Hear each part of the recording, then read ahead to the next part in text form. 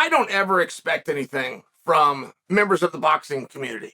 I mean, just what's real surface level. You're going to do a fight, and this is the group that prepares people, and this is the group that helps to get them on weight, and this is the group that ties things on their hands and throws it at their opponent for a little while. Like, I know what it is.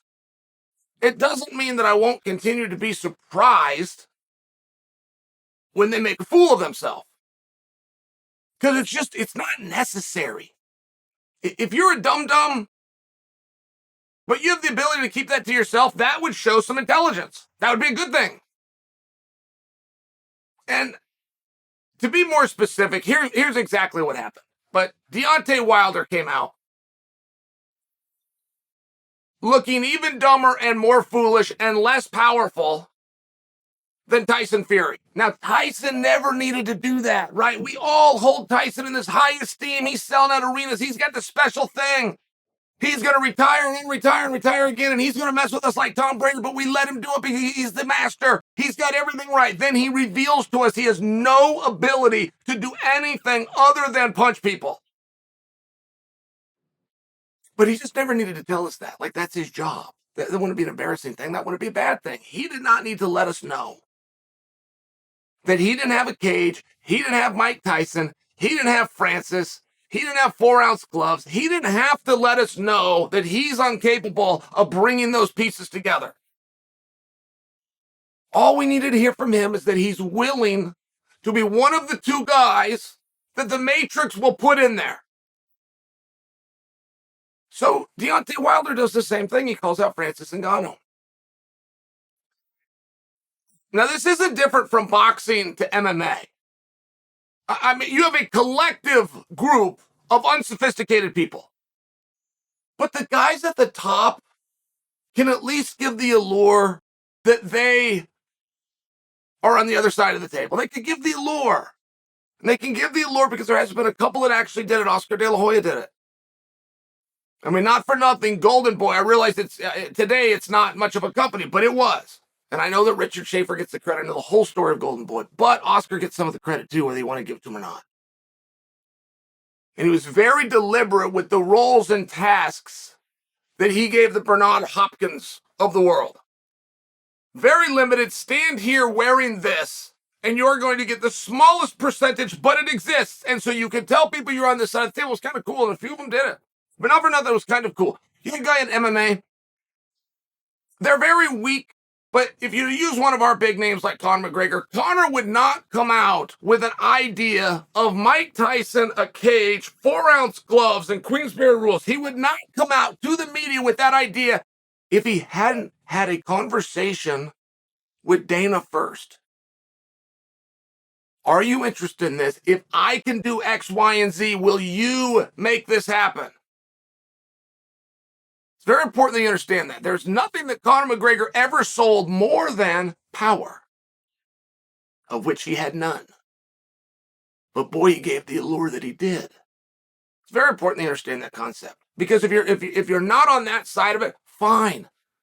That's totally fine. Just you don't have to reveal it. So Deontay Wilder comes out. He says he's going to fight Francis Ngannou. He challenges him.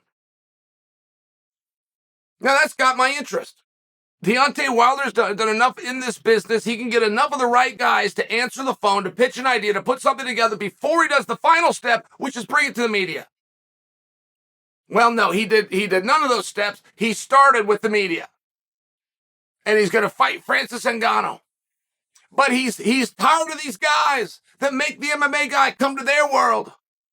And he's a real fighter himself. He's a true warrior himself. So he's going to go fight Francis in MMA. As long as he fights me in boxing first. That actually happened. He said that. He's such a coward. He's such a coward. Like, there's things that you don't have to do. It doesn't mean you're not courageous. It doesn't mean you're not brave or you're not macho.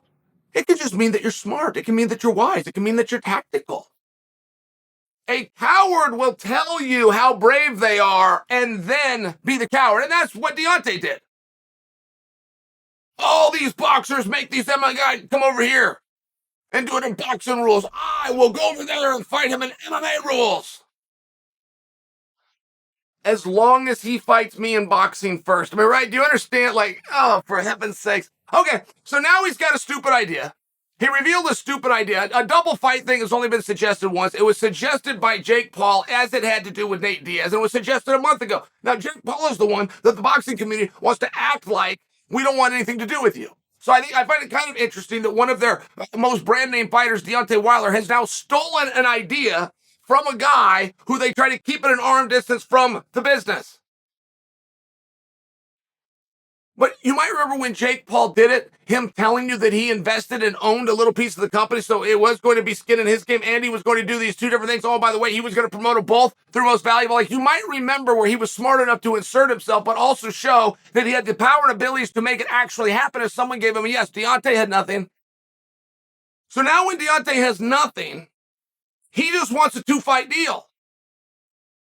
He's not looking to help anybody. He's not looking to do anything or do something. He's trying to get 2 fights. He wants somebody to see this idea and then call him and give him a contract for this fight and this fight. And they're both guaranteed. No matter how this fight went, this one comes. I mean, right, it was very simple. It was very obvious. I get why he would do it, and I understand that a lot of dum-dums do it. He's a dum-dum, but he didn't need to let us know. He didn't call himself some special kind of a warrior. Man, he's none of those things. You are none of those things, Deontay. You showed no bravery by offering to fight a guy who's injured, by the way. And you showed no bravery for offering to fight a guy who, one, is doing business with somebody else, and you're a little Johnny-come-lately, but moreover, has never done your sport. That didn't show any courage, just so you understand. And being willing to fight him in MMA, as long as somebody gives you a contract and an absolute guarantee ahead of time, and as long as you can beat the hell out of him in your sport, it didn't show anything, man. It showed that you're a dummy. Now, I knew that, but I didn't know you were a powerless dummy until now.